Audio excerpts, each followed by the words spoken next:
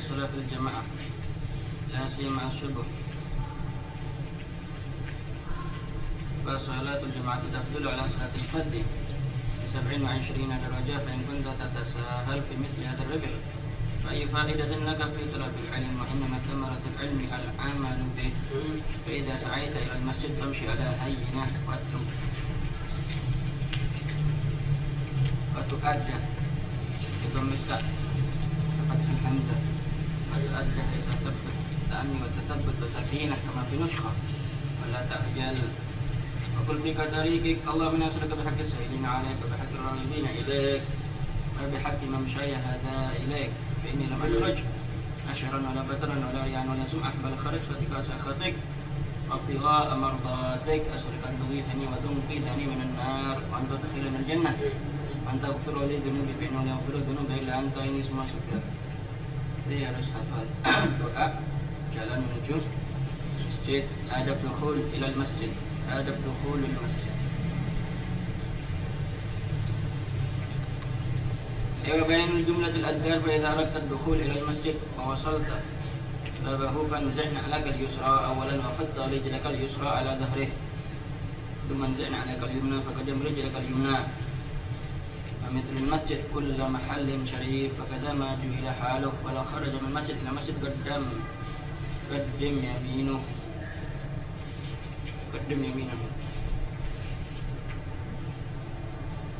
فالكعبة يقدم يمينه دخولا وخروجا. فذا فضل المنائي وكل عند إرادة الدخول أعوذ بالله العظيم وبوجهه الكريم وسلطانه القديم من الشيطان الرجيم. الحمد لله كما في الأذكار. ثم قل اللهم صل على محمد وعلى آل محمد وصحبه وسلم. اللهم اغفر لي ذنوبي وافتح لي أبواب رحمتك. ومهما رأيت في المسجد من يبيع أو يفتح فقل أربح الله تجارتك. وإذا رأيت فيه من ينشد بضم الشين أي يطلب ضالة ينشد لا يرد الله عليك ضالتك. كذلك أمر رسول الله صلى الله عليه وسلم كما روي عن أبي هريرة أن رسول الله صلى الله عليه وسلم قال إذا رأيتم من يبيع أو يفتح في المسجد فقولوا لا أربح الله تجارتك. فإذا رأيتم من ينشد فيه ضالة فقولوا لا ردها الله عليك. عنه أيضا قال رسول الله صلى الله عليه وسلم من سمع رجلا ينشد ضالة في المسجد فليقل لا ردها الله عليك، فإن المساجد لم تبنى لهذا.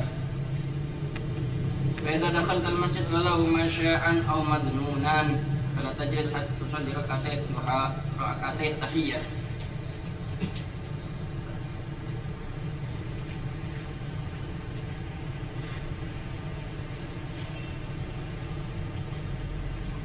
لكن إذا دخلت المسجد الحرام وأردت الطواف فالأفضل أن تبدأ بالطواف ثم تنوي بركعتين سنة الطواف وتحية المسجد معا، لأن نويت أحدهما يندرج الآخر وإن لم تنوي كان تحية المسجد الحرام وتفوت بالطواف. ومن نقل البناء يعني بلباس وتقرأ تحية ذوي البدل مكتوبة.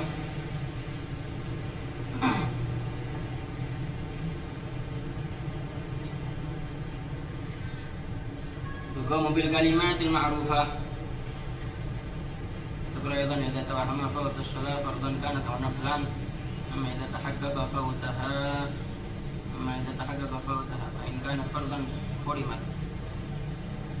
حرمت التحية أو نفلا كرهت. فإن لمن لم يأتي بالتحية لحدث أو غيره كأن لم يردها وإن كان متطهرا أو ركعتين في الفجر فتندفع الكراهة بذلك. وهذا حيث لم يتيسر له الوضوء في المسجد قبل طول الفصل، وإلا فلا يكفي ذلك لتفسيره بترك الوضوء مع تيسره. Masih tentang masalah masjid. Sudah sedikit banyak dibaca tentang bagaimana masuk ke dalam masjid. Copot sandal dulu. Masuknya pakai kaki kanan. Kemarin nyobat sandalnya gimana? kiri, Nah, kaki kiri diletakkan di atas ini. kaki kiri diletakkan di atas sandal. Baru kemudian kaki kanannya masuk ke dalam masjid. Dan hati-hati kalau di dalam masjid, jangan ngomong bab dunia.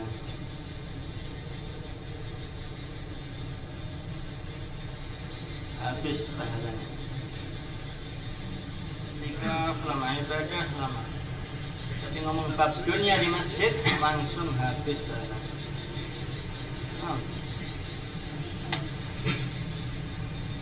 Udah dunianya nggak bakalan untung.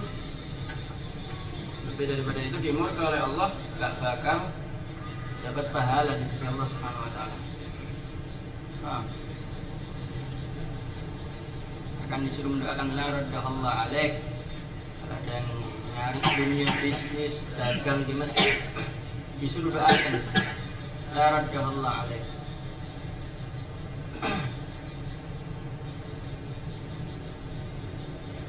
Atau la arbahallahu tijaratak.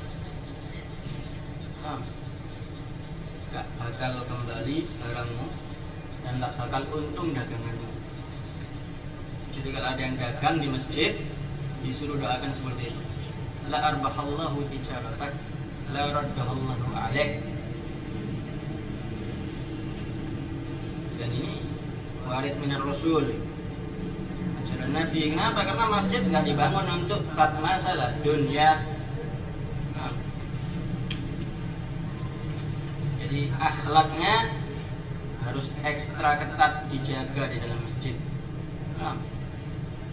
Hati-hati kalau di dalam masjid, hati-hati khusus santri. Jaga akhlaknya di dalam masjid.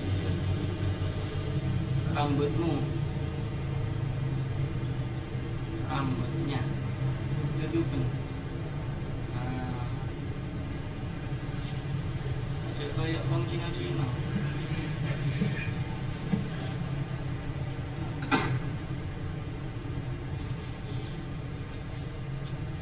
Dan kalau masuk masjid dianjurkan sholat tahiyatul masjid. Kalau nggak sempat, al-baqiyat as-sholihat. Kalau masuk masjid sudah melaksanakan sholat maktubah, sholat fardu, itu sholat sunnah nggak boleh. Harus ikut sholat fardu. Sholat sunnahnya nanti setelah sholat fardu. Kalau memang telat masuknya ke dalam masjid. Begitupun juga mobil khusus, apalagi waktunya mepet, mau keluar waktu, nanti sholat sunnah haram. Sholat sunnahnya itu hukumnya kan haram.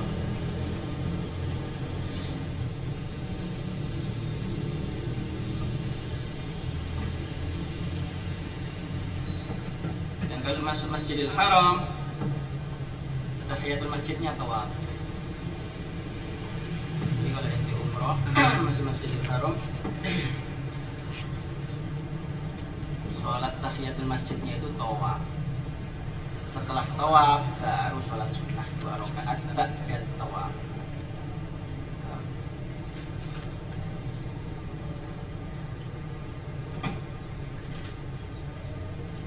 Dan Allah menurunkan 100 rahmat. Riwayat 120 rahmat. Sebagian besar diturunkan, diberikan kepada mereka yang tawaf, sebagiannya kepada yang sholat, kepada yang sunnah maksudnya ini, sebagiannya lagi yang duduk i'tikaf di masjid tersebut. Dan amalan tawaf ini yakum maqamas shalah, seperti daripada ibadah sholat, karena harus suci. Tawaf itu harus dikerjakan dalam keadaan suci. Satrul aurah, menutup aurat, sama seperti sholat. Cuman mungkin diperkenankan untuk berbicara, cuman makruh. Afdolnya itu sibuk selama tawaf dengan ibadah. Tapi nggak batal kalau berbicara. Dan orang kalau udah tawaf rebut untuk Ka'bah. Ada beberapa hal yang wajib dipahami dalam masalah tawaf itu sendiri, apalagi umrah dan haji, yang terkadang nggak dipahami sama yang awam. Hijr Ismail itu bagian dari Ka'bah, nggak boleh tawaf tapi masuk ke daerah Hijr Ismail. Apalagi umrah atau haji, tawafnya nempel ke Ka'bah, sedangkan Ka'bahnya bau wangi. Nah, umrah atau haji nggak boleh waktu ihram itu pakai wangi-wangian, sengaja ataupun tidak.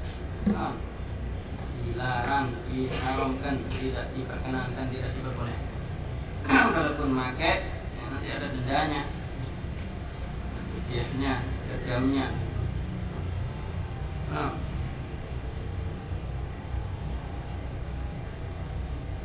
dalam takun selaita fi baitik rakaatil fajri fi juz'a ada umma ya annaha tahsul bi kulli nafsin fi waqtiha wa illam tanwi ma'a dhalik. Dan maksud wujud salat qabla al-julus waqt wajadta bidzalika al-mujailami idzan wa tahiyyah ma'a fardhi matalan hasalat tarabuha ittifaqan wa idza nafaha fala yahsul ittifaqan wa in amsaka hasalat al-muhtamat. Dan mengatakan kalau sudah sholat fardu, sholat sunnahnya masuk. Sholat subuh ini keburu sudah, itu otomatis ente niat atau tanpa niat ente sudah melaksanakan sholat tahiyatul masjid. Nah, dengan sholat fardu tersebut ente masuk masjid langsung sholat fardu, itu sudah otomatis ente melaksanakan juga sholat tahiyatul masjid daripada sholat sunnah. Nah, tapi afdolnya ya dibedakan, sholat sunnah sendiri, sholat fardu sendiri. Ini kalau keburu masbuk. Nah,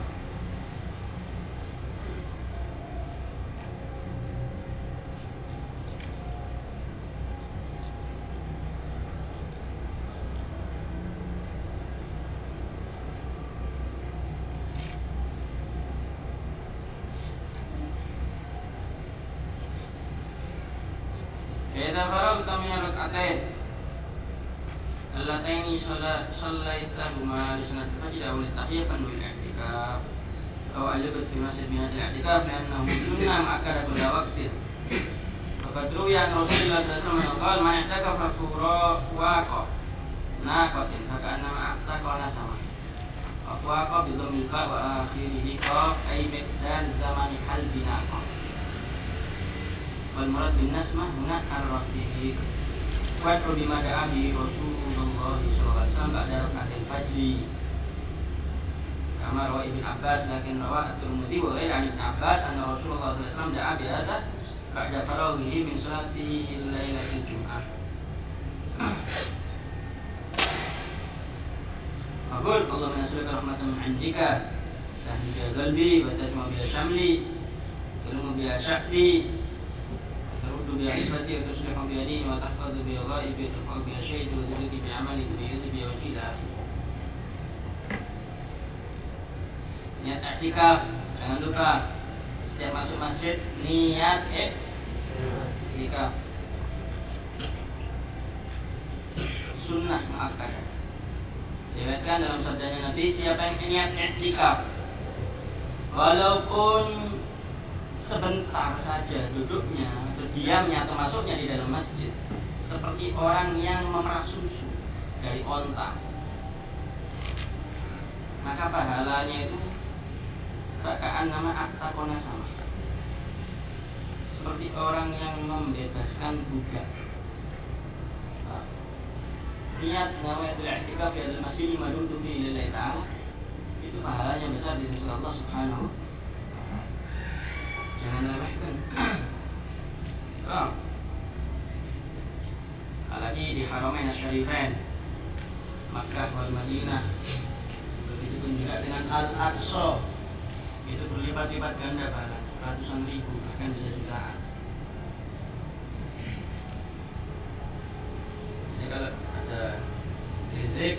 jembatan bisa umroh. Ada yang melaksanakan umroh atau haji itu ya pergi ke sana fokus untuk ibadah. Urusannya masjid tuh. Masjid Nabawi, Masjidil Haram. Masjid Nabawi, Masjidil Haram. Gimana caranya sholat di masjid, i'tikaf, baca Quran, umroh, ziarah Nabi, sholat di Raudhah. Ada yang lain tujuannya. Mungkin ibu-ibu, perempuan, atau yang nggak paham, awam, niat umroh disamakan seperti rekreasi, mau jalan-jalan. Sayang.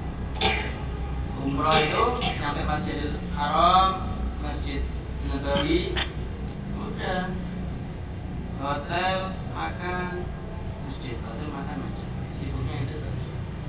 Sebelum azan dikumandangkan imam itu sudah siap di masjid. Bahkan kalau bisa yang paling depan, ambil soft yang paling depan, paling di Nabawi supaya bisa masuk Raudhah. Kalau di Masjidil Haram supaya bisa dekat Ka'bah, bisa di Hajar Aswad. Terus begitu. Pahalanya besar, berlipat-lipat ganda. Khusus juga di Nabawi banyak tempat-tempat amakin mustajabah, yang diijabah. Kalau di situ kita berdoa dijabah oleh Allah. Terutamanya Raudhah, begitu pun juga ziarah Nabi, Baqi, begitu pun juga dengan Makkah Al-Musyarrafah, banyak dekat Ka'bah, dekat Hajar Aswad, dekat Hajar Ismail, masuk Hajar Ismail situ, dekat juga Makam Ibrahim, Multazam, semuanya itu tempat-tempat yang mustajab. Ala kulli hal, selama kita beriman kepada Allah dan kita yakin dengan doa kita, maka doanya insya Allah diijabah. Dan ini doa yang diajarkan sama Nabi. Allahumma nas'aluka rahmatan min 'indika dan jangan sampai tiap hari nggak dibaca. Sampai dulu, baca mikir tak semua cowok. Ada satu anak yang baca, semuanya kami baca. Dan kalau sudah di rumah praktekkan bacaan. Gak sempat subuh dulunya. Pokoknya 1 kali 24 jam setiap hari, jangan sampai nggak baca doa ini. Ini doa indah daripada Rasulullah. Dan banyak lagi doa-doa yang indah-indah dari Nabi. Cuman yang ini sudah jadi wirid, kebiasaan, nanti aman. Jangan sampai nggak dibaca, sayang. Insya Allah besok nanti kita baca bersama.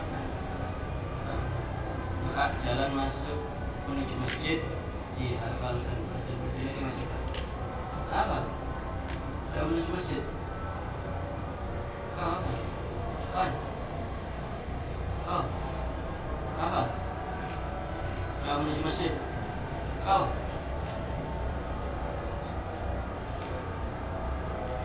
Apa? Hafal? Hah? Oh. Oh. Doa menuju masjid, hafal? Oh. Wajib hafal. Oh, hafal. Dengas. Hafal, dengas. Hafal no. Penting ini. Bedanya santri sama bukan santri itu doanya, wiridnya, zikirnya. Ilmu ini tak biro,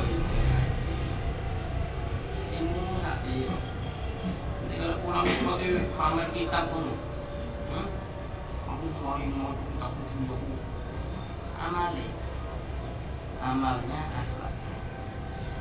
Wih santri, wirid tok so. Zikir tok, sholat tok, tasbih tok. Itu santri. Ilmu dah ono, ada apa? Amal dah ono.